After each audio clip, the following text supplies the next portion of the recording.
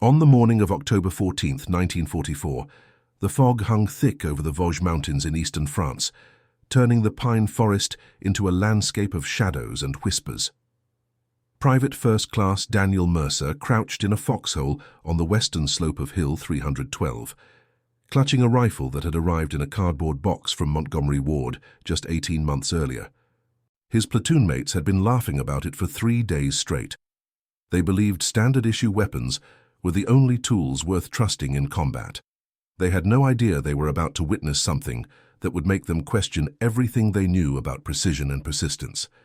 Before we dive into this story, make sure to subscribe to the channel and tell me in the comments where you're watching from.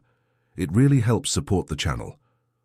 What unfolded on that misty hillside would transform a department store catalog purchase into a legendary piece of equipment, proving that sometimes the most unlikely tools become instruments of remarkable achievement when placed in the right hands. Daniel Mercer had grown up in rural Montana, where the nearest town was 23 miles away and the nearest gunsmith was even farther. His father had taught him to care for equipment with the same reverence some men reserved for family heirlooms. When Daniel turned 16, his father had ordered him a Winchester Model 70 from the Montgomery Ward catalog, a hunting rifle that cost $42.50, including shipping. For 3 years before the conflict began, Daniel had used that rifle to provide meat for his family, taking deer at distances that made other hunters in the county shake their heads in disbelief. When Daniel received his draft notice in 1942, he faced a difficult decision. The rifle had become an extension of his hands, a tool he understood better than any other piece of equipment he owned. Against the advice of his recruitment officer, against common sense according to military doctrine, Daniel made arrangements to ship his Winchester to wherever he would be deployed after basic training. The paperwork required was extensive, and the explanations required were even more complex. But eventually, military bureaucracy yielded to persistent determination. Sergeant Howard Walsh from Philadelphia had been the first to notice the rifle when Daniel's platoon arrived at their staging area near the French border in early October. The sergeant approached Daniel's position during equipment inspection, his eyes narrowing when he saw the civilian weapon resting beside the standard-issue rifle every soldier carried. "What in creation are you planning to do with that mail-order toy?" Walsh had asked, his voice carrying across the foxhole line loud enough for the entire squad to hear. Daniel had looked up from cleaning the bolt, his hands moving with practiced efficiency. "It is not a toy, Sergeant. It is a precision instrument." Walsh had laughed, a sound without humor. "Precision instrument. Son, that thing probably could not hit a barn door from inside the barn. You have got a perfectly good military rifle right there. Use it." But Daniel had not put the Winchester away. Over the following days, as the battalion prepared for their advance into the Vosges forest region, the mocking continued. Corporal James Brennan from Boston started calling it the Sears Special, despite Daniel patiently explaining it came from Montgomery Ward. Private Tommy Richardson from Alabama suggested Daniel could use it as a club when it inevitably failed to function properly in combat conditions. Even Lieutenant Marcus Crawford, normally supportive of his men, had expressed concerns about non-standard equipment affecting unit cohesion. The tactical situation facing the American forces in the Vosges Mountains that autumn was complex and dangerous. The German forces occupying the high ground had established defensive positions that took advantage of every geographical feature the terrain offered. Hill 312 rose nearly 800 feet above the surrounding valleys, its slopes covered with dense pine forest that provided excellent concealment. Intelligence reports indicated that German observation posts on the summit could direct artillery onto any approach route, making a direct assault extremely costly in terms of casualties. The battalion commander, Colonel Richard Thornton, had assembled his officers on October 13th to outline the operational plan. The meeting took place in a commandeered farmhouse that still smelled of livestock and hay. "Gentlemen, we have been tasked with securing Hill 312 within 72 hours, Colonel Thornton had said, pointing to a topographical map spread across a rough wooden table. "The German positions on that summit are preventing our entire divisional advance. As long as they hold that high ground, they can observe and direct counter-operations against every move we make in this sector." Lieutenant Crawford had studied the map carefully, his finger tracing the approach routes. The western slope appears to offer the best covered approach, but intelligence suggests they have established at least 3 reinforced observation posts along that route. Confirmed, the colonel had replied. Each post is estimated to contain 4 to 6 personnel with optical equipment and radio communication capability. Taking those posts quietly would give us the tactical surprise we need for the main assault. That is where the challenge becomes particularly difficult, another officer had interjected. The forest provides concealment, but the observation posts are positioned with interlocking fields of view. Approach one position, and the others will detect the movement and raise the alarm. Back in the staging area, Daniel had spent the evening of October 13th preparing his equipment with meticulous care. The Winchester Model 70 was a bolt-action rifle with a 5-round internal magazine, chambered for 30 .6 Springfield cartridges. The civilian hunting scope mounted on the receiver was manufactured by Lyman, offering 4-power magnification with crosshair reticles designed for precise shot placement at extended ranges. Daniel had made certain modifications to the rifle over the years, including glass bedding the action and free-floating the barrel, techniques he learned from a gunsmith in Helena, who understood the relationship between mechanical precision and consistent accuracy. The rifle weighed 8 pounds and 14 ounces fully loaded, nearly 2 pounds lighter than the standard military rifles most soldiers carried.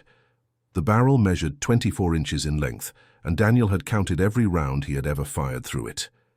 Before shipping it overseas, the count had stood at 1,733 rounds.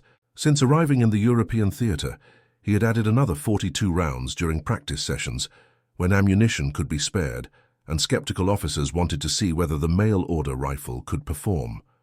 Those demonstration sessions had produced interesting results. At 200 yards, Daniel consistently placed 5 shots within a circle, measuring less than 2 inches in diameter. At 400 yards, the group expanded to approximately 5 inches.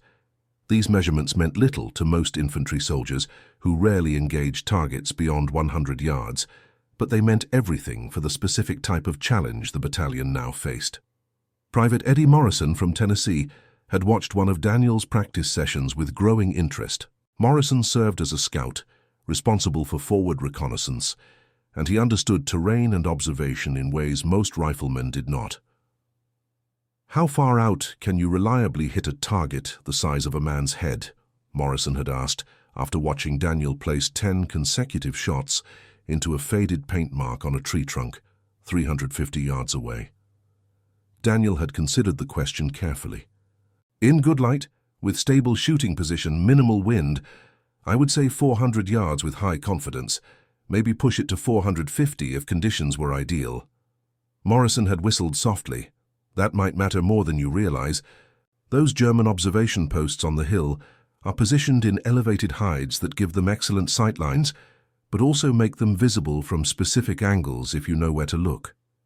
The conversation had planted an idea that Morrison brought to Lieutenant Crawford later that evening. The lieutenant in turn brought it to Colonel Thornton, and by midnight on October 13th, the operational plan had been modified to include a highly specific preliminary phase. On the morning of October 14th, as fog transformed the forest into a maze of grey shapes and muted sounds, Daniel found himself moving up the western slope of Hill 312 with a 4-man team. Lieutenant Crawford led the element, with Morrison scouting ahead, and Corporal Brennan and Private Richardson providing security. The assignment was straightforward in concept, but extraordinarily difficult in execution. Locate the 3 German observation posts without being detected, then neutralize them sequentially before they could raise an alarm. The team moved through the forest with painful slowness, each step planned to minimize noise. Pine needles thick on the ground muffled footsteps, but fallen branches and loose stones presented constant hazards. Morrison used hand signals to communicate, his movements precise and economical. The fog actually worked in their favor, reducing visibility for the German observers, while providing concealment for the advancing Americans. After 90 minutes of careful movement, Morrison signaled a halt. The team gathered behind a fallen log, while the scout pointed toward a massive pine tree 200 yards upslope. Even through the fog, Daniel could make out an irregular shape in the upper branches, a wooden platform concealed among the boughs. Lieutenant Crawford moved close to Daniel, speaking in a whisper barely audible above the gentle wind moving through the forest. "That is position 1. Range appears to be 200 yards, elevation approximately 40 feet. Can you make that shot?" Daniel studied the position through his scope. The magnification cut through the fog better than naked eyes, revealing details of the observation post construction. He could see the edge of the platform, the dark outline of what might be radio equipment, and most importantly, the subtle movement of at least 2 people moving within the hide. "I can reach that position," Daniel confirmed, "but movement on the platform will make shot placement challenging. I need them to be still for at least 3 seconds." Crawford nodded. "Morrison, can you create a distraction that draws their attention away from this direction?" Morrison grinned. "There is a squirrel making noise about 50 yards to their northeast. I noticed it on the way up. Give me 5 minutes to position, then watch for my signal." The scout disappeared into the fog like smoke dissipating. The remaining 4 men waited, each dealing with tension in their own way. Brennan checked his gear repeatedly, making certain every piece of equipment was secured and silent. Richardson watched their back trail, scanning for any indication they had been followed. Crawford studied the observation post through binoculars, building a mental picture of its layout and occupants. Daniel used the time to establish his shooting position. He selected a slight depression in the ground that provided natural support for prone shooting. A moss-covered log offered a rest for the rifle's forestock, though Daniel first padded it with a folded cloth to prevent the wood from directly contacting the barrel. The Winchester's accuracy depended on maintaining consistent barrel vibration characteristics, and any pressure on the free-floated barrel could shift point of impact. He worked the bolt slowly, chambering a round from the internal magazine. The action cycled smoothly, the mechanical precision satisfying in the same way a watchmaker might appreciate perfectly meshed gears. Daniel had maintained this rifle through Montana winters, cold enough to freeze unprotected metal, through summers hot enough to make mirages dance across prairie horizons. He knew every detail of its function, every quirk of its personality. Through the scope, Daniel could see the observation post more clearly now. The platform measured approximately 6 feet by 8 feet, constructed from pine lumber that had weathered to gray. Camouflage netting draped across portions of the structure, breaking up its outline against the tree trunk. At least 2 German soldiers occupied the space, though the platform's design concealed much of their activity. Morrison's signal came as a soft bird call, 3 notes that might have been a mourning dove if anyone was thinking about birds rather than combat operations. Daniel settled deeper into his shooting position, controlling his breathing, letting his heart rate slow. The crosshairs in the Lyman scope centered on the platform edge, where he expected movement to appear. For several seconds, nothing happened. Then Daniel heard it, a crashing sound from upslope and to the east, branches breaking and something large moving through underbrush. Morrison had done something more dramatic than disturbing a squirrel. Both German soldiers in the observation post reacted immediately, moving toward the eastern edge of their platform to investigate the noise. One soldier emerged partially into Daniel's sight picture, leaning against the platform railing to peer toward the disturbance. The man wore standard field uniform with binoculars hanging around his neck. Daniel tracked the movement smoothly, letting the crosshairs settle on the center of the visible target area. His finger applied pressure to the trigger, increasing gradually until the rifle fired with a sharp crack that echoed through the foggy forest. The Winchester recoiled straight back against Daniel's shoulder, the motion familiar and controlled. Through the scope, Daniel saw the German soldier collapse onto the platform floor, clearly incapacitated. The second soldier in the post reacted with confusion rather than alarm, moving toward his fallen comrade without immediately understanding what had happened. Daniel worked the bolt, ejecting the spent cartridge and chambering a fresh round. The second shot came 6 seconds after the first, and the observation post went silent. Lieutenant Crawford had watched the entire sequence through binoculars. "Incredible," he whispered. "That mail-order rifle just did what would have taken an entire squad to accomplish with standard tactics." But there was no time for celebration. The sound of Daniel's shots would fade quickly in the fog and forest, but the other observation posts might have heard something unusual. The team needed to move immediately toward position 2 before the Germans could coordinate a response. The second observation post proved more challenging to approach. It occupied a rocky outcrop 300 yards further up the slope, positioned to overlook the main approach route from the valley below. Unlike the tree-mounted position, this post had been constructed at ground level, using natural rock formations and carefully stacked stone to create a fortified hide with minimal visible profile. Morrison identified the position from 75 yards away, pointing out subtle details that betrayed human construction among natural geological features.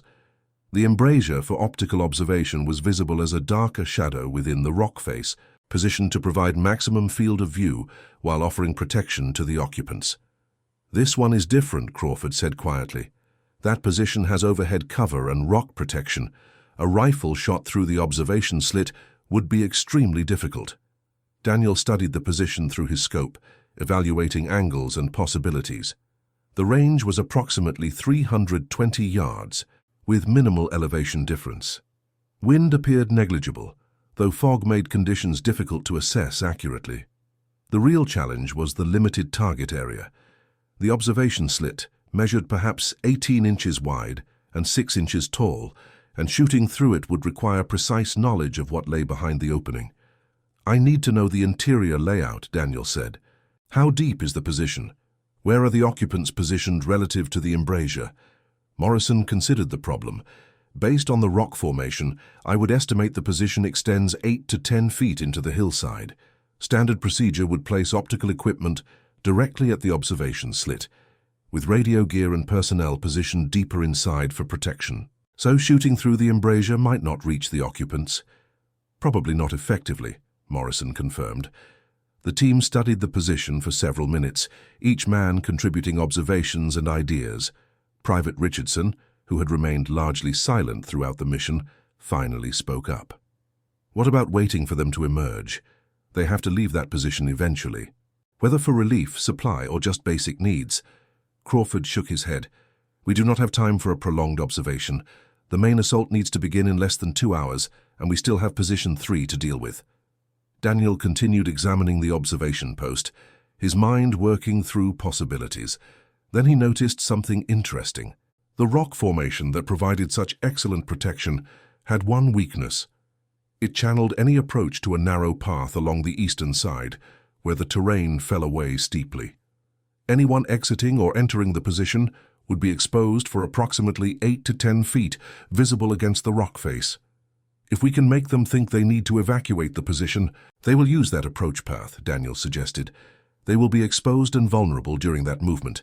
Crawford's eyes lit up with understanding. "We create a situation that makes staying in that position more dangerous than leaving it. But what would convince them to abandon a fortified location?" "Fire," Brennan said suddenly. "Everyone fears fire in confined spaces, especially positions with limited exits." The plan came together quickly. Morrison would move to within 50 yards of the observation post and start a small fire using dry pine needles and dead branches. The fog and moisture would prevent the fire from spreading dangerously, but smoke would drift toward the rock formation. Meanwhile, Daniel would position himself to cover the evacuation route, ready to engage targets as they emerged. The execution required 30 minutes of careful positioning. Morrison built his fire in a shallow depression that concealed the flames while allowing smoke to rise and drift with the prevailing air movement. Within minutes, thick white smoke began rolling up the hillside, drawn toward the observation post by subtle air currents created by temperature differences in the foggy forest.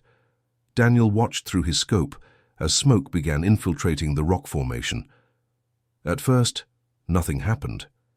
Then he saw movement in the observation slit, someone moving optical equipment away from the opening. More smoke rolled up the slope, thicker now, and suddenly 2 German soldiers emerged from the position's entrance, moving quickly along the exposed approach path. The first soldier carried a radio pack, his attention focused on navigating the steep terrain rather than potential threats from downslope.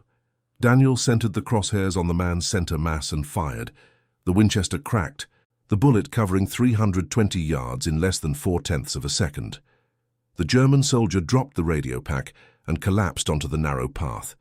The second soldier reacted with admirable speed, reversing course and scrambling back toward the observation post entrance. Daniel worked the bolt and fired again, the second shot coming less than 3 seconds after the first. The evacuation path fell silent. 2 positions neutralized, Crawford said, his voice showing a mixture of relief and growing confidence in the unconventional approach. 1 more to go. The third observation post occupied the most challenging location of all. Intelligence reports had placed it near the summit of Hill 312, approximately 600 yards from the team's current position and nearly 300 feet higher in elevation. The post commanded views of the entire western approach, and its elimination was absolutely critical for the main assault to succeed. But the team faced a serious problem: ammunition. Daniel had started the mission with 15 rounds for the Winchester.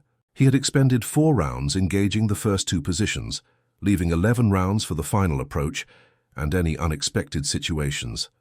Standard military doctrine would have provided ample ammunition reserves, but Daniel's civilian rifle used cartridges that were not part of normal supply channels. Every round was precious. The climb toward Position 3 took nearly an hour, the terrain becoming progressively steeper and more exposed. The fog began thinning as they gained elevation, replaced by clearer air that improved visibility, but also reduced concealment. Morrison moved with increasing caution, aware that the final observation post would have the best sightlines and the most alert occupants. At approximately 1100 hours, Morrison signaled another halt. The team gathered behind an outcrop, while the scout pointed toward a feature 200 yards further up the slope. Unlike the previous positions, this observation post had been constructed with professional military engineering. A bunker built from logs and earth occupied a natural shelf in the hillside, its embrasures positioned to cover multiple approach routes. Sandbags reinforced the front wall, and overhead logs provided protection from indirect fire. "That is a permanent defensive position," Crawford observed. "They did not build that overnight. They have probably been improving and occupying that location for weeks." Daniel studied the bunker through his scope, noting details that confirmed Crawford's assessment. The construction quality was significantly higher than the improvised positions lower on the slope. Firing slits were properly angled and protected. The surrounding area had been cleared of vegetation that might provide concealment for attackers. Approaches were channeled through areas that would expose any assault force to observation and fire. Range approximately 430 yards, Daniel said quietly. "Uphill angle adds complexity to ballistics. I can reach that distance, but target acquisition through those firing slits will be nearly impossible." "Then we are back to the same challenge as Position 2, Richardson observed. "We need to make them leave the position, but fire would not work on this location." The bunker's construction included overhead protection that would prevent smoke infiltration. The position was too well designed to be easily compromised by simple expedients. Morrison had been studying the surrounding terrain with intense focus. Finally he spoke. "There is something you need to understand about observation posts in elevated positions. They are incredibly effective at watching approaches from below, but they have a critical vulnerability. They often cannot observe the terrain immediately adjacent to their position, especially areas directly below or to the sides." Crawford nodded slowly, beginning to understand Morrison's reasoning. "You are suggesting we split the team. Part of us create a diversion that fixes their attention in one direction, while others maneuver close enough to engage directly." "Exactly," Morrison confirmed, "but it would require Daniel to make some remarkably precise shots at extreme range, while the rest of us close the distance." The plan they developed was high risk but potentially effective. Daniel would remain in his current position, approximately 430 yards from the bunker. He would fire multiple rounds at the observation post, not necessarily expecting to penetrate the structure, but creating enough disturbance to fix the occupants' attention on the downslope threat. Meanwhile, Crawford, Morrison, Brennan, and Richardson would use the distraction to move laterally across the slope, approaching the bunker from its blind side. Daniel established a shooting position that provided maximum stability for the difficult shots ahead. He found a slight saddle in the terrain where 2 rock formations met, creating a natural rest that supported the rifle solidly. The uphill angle meant the bullet would be fighting gravity throughout its flight path, requiring compensation in aim point. He estimated the holdover at approximately 18 inches above point of desired impact. The crosshairs in the Lyman scope settled on the primary firing slit of the bunker. Through the magnification, Daniel could see subtle movement inside the position, shadows that suggested at least 3 occupants. He controlled his breathing, letting his body settle into the shooting position as completely as possible. Then he fired. The bullet struck the log wall approximately 6 inches left of the firing slit, the impact visible as a splash of wood fragments. Inside the bunker, the occupants would have heard and felt the impact, perhaps seen dust or debris from the strike. Daniel worked the bolt smoothly and fired again, this time placing the shot directly at the edge of the firing slit. The third shot came 10 seconds after the second, aimed at the opposite side of the bunker to suggest multiple shooters attacking from different positions. As Daniel maintained his disciplined fire, Crawford led the flanking element laterally across the slope. They moved through terrain that would have been impossible to cross under observation, but became navigable while the bunker occupants focused on the downslope threat. Morrison's navigation was masterful, keeping the team in dead ground where the hillside's contours blocked line of sight from the German position. Daniel fired his 7th round, then his 8th. Each shot required careful aim, patient trigger control, and faith in the equipment that had started this mission as an object of mockery. The Winchester had been designed to take elk and deer on Montana mountainsides, not to suppress military positions in European mountains, yet it performed with absolute reliability. Through his scope, Daniel saw the flanking element emerge from concealment, approximately 40 yards from the bunker's right side. Crawford moved first, approaching the position from an angle the German soldiers could not observe without leaving their protected location. Then everything happened very quickly. Crawford reached the bunker entrance and deployed a grenade through the opening, the standard military response to fortified positions at close range. The muffled detonation was followed by silence, then Crawford's signal indicating the position was secure. Daniel safeguarded his rifle and began the climb toward the bunker, his legs protesting the steep grade after hours of careful movement. When he reached the position, he found Crawford, Morrison, Brennan, and Richardson securing the location and examining the German equipment and documents that might provide intelligence value. Colonel Thornton arrived at the bunker position 90 minutes later, leading the main assault force up the western slope. The German defenses, deprived of their observation posts, had failed to detect the American advance until it was too late to organize effective resistance. By 1400 hours, Hill 312 was secured with minimal casualties. That evening, as the battalion established defensive positions on the newly captured summit, Sergeant Walsh approached Daniel's foxhole. The sergeant carried a field radio, and his expression had transformed from skeptical mockery to genuine respect. "Private Mercer, the colonel wants to see you at command post," Walsh said. "Also, I owe you an apology. That mail-order rifle of yours did more today than an entire company with standard equipment might have accomplished. I was wrong to mock it." Daniel cleaned the Winchester's bore with careful strokes of the cleaning rod, removing powder residue from the barrel. The rifle had fired 10 rounds during the mission, leaving him with 5 rounds remaining for future contingencies. "It is not about the equipment itself, Sergeant. It is about understanding the equipment so completely that it becomes an extension of your intention." At the command post, Colonel Thornton reviewed the after-action reports, while Daniel stood at attention. Lieutenant Crawford had already briefed the colonel on the day's events, including the specific role Daniel's precision shooting had played in the operation's success. "Private Mercer, I have been in military service for 21 years, the colonel said. I have seen countless examples of courage, innovation, and tactical excellence. What you accomplished today ranks among the most remarkable achievements I have witnessed. Your unconventional approach to a complex problem changed the entire operational dynamic." Daniel remained at attention, uncertain how to respond to such praise. "I am also informed that your rifle is a civilian hunting weapon purchased through a mail-order catalogue," Thornton continued. "Under normal circumstances, I would be obligated to insist on standard equipment for all personnel. However, these are not normal circumstances, and your demonstrated capability suggests that forcing you to surrender that rifle would actually reduce our combat effectiveness. You will retain the Winchester, and I am authorizing priority supply requisitions for ammunition. The following week saw Daniel's role within the battalion evolve significantly.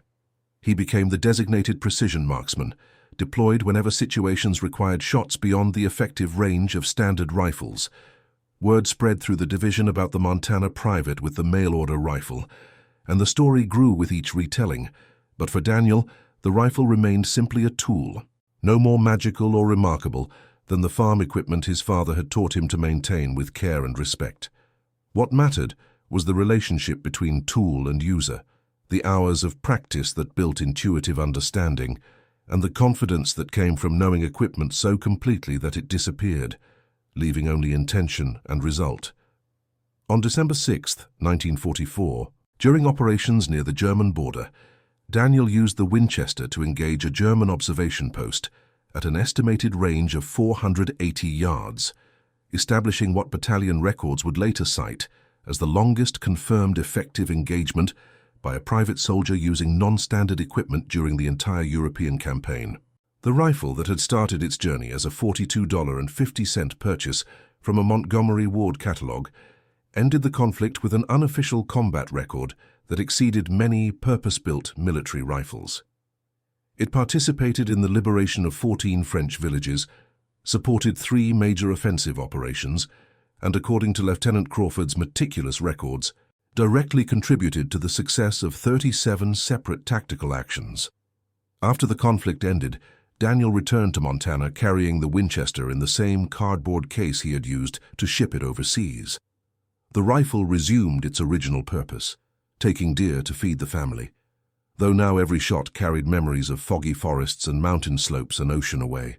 The scope still bore a small scrape from contact with a French rock formation, a permanent reminder of the day a mail-order rifle proved that precision and familiarity sometimes matter more than official specifications and standard doctrine. Years later, when Daniel's grandson asked about the scratched scope and the carefully maintained rifle that occupied a place of honor in the family home, Daniel explained that the Winchester represented something more valuable than its monetary cost or its combat record. It represented the principle that mastery of tools comes from understanding and practice, not from the price tag or the prestige of the manufacturer. The men who had mocked the mail-order rifle learned a broader lesson that October morning in the Vosges Mountains. They learned that assumptions about equipment and capability often reveal more about the person making assumptions than about the equipment being judged. They learned that unconventional approaches to difficult problems sometimes achieve results that standard doctrine cannot match. Most importantly, they learned that the human element, skill, dedication, understanding, matters more than any specification sheet or official regulation. The story of the mail-order rifle that cleared Hill 312 became part of battalion lore, passed down through subsequent generations of soldiers as an example of innovation, precision, and the value of trusting capable individuals to use the tools they understand best. The Winchester Model 70 from Montgomery Ward never appeared in any official military procurement catalog, never received any formal recognition from ordnance departments, and never influenced standard equipment policies. But for the men who watched it perform on that foggy October morning, it proved something more important than official validation. It proved that sometimes the most unlikely tools become instruments of extraordinary achievement when placed in the right hands at the right moment. And that concludes our story. If you made it this far, please share your thoughts in the comments. What part of this historical account surprised you most? Don't forget to subscribe for more untold stories from World War II, and check out the video on screen for another incredible tale from history. Until next time.